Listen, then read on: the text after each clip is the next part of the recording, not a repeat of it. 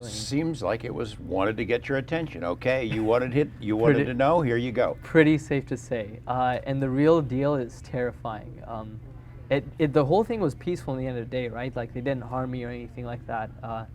But to be in that position where you just feel like a complete animal, you have no control. You know, you're like some tranquilized horse.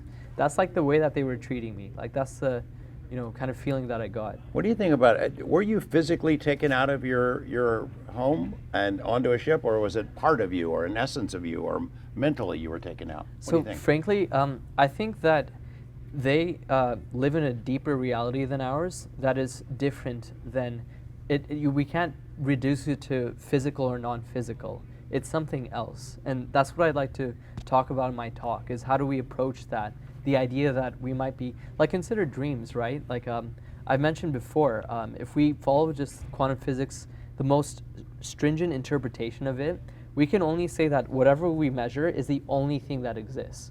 And so if you're in your dream, if that's the only thing you can measure, your dream characters, that's all that exists. You can't say that, the real world exists still, because you can't prove it. You can't prove it to your dream characters.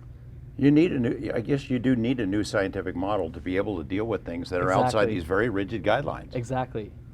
So it's so hard to say for me that I was either in my room or in their ship. It feels like it could have been either or none. And I think it was neither.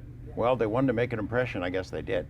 They did. It kickstarted all of this. I guess I wouldn't be here. You could use the term alien, and people think alien or ET, but not necessarily. No, not at all. And that was one of the things that was it came to my mind a few times. I was like, are these really aliens? Like, they look like them, sure, but there's an etheric aspect to it. Like, everything is very aesthetic with them, and it just seems so weird. Like, they could sometimes phase in and out of our world. They could be like somewhat translucent to completely solid and real. It was very strange. You have a company in Canada, and you deal with investors. You're in the yes, sir. Is there risk there of mixing these two? Huge risk. Yeah. So, for example, when you're raising money, the investors do crazy amounts of due diligence. They do technical due diligence. They get their chief scientist to look at your technology, see if you actually know what you're talking about.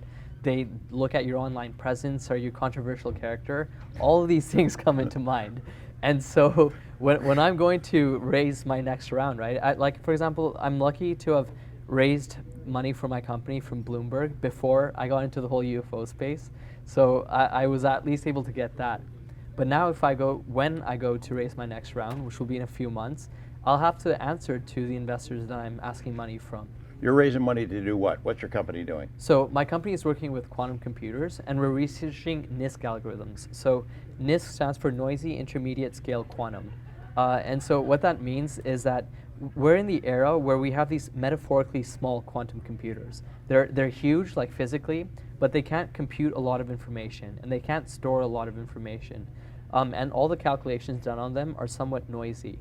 So what we research, and any company in the field right now, is what can we do with these devices? We know they're doing something unique. We know that they're processing quantum information, but how can we apply it to the real world? So my company researches different ways of doing that, and we act as like research consultants.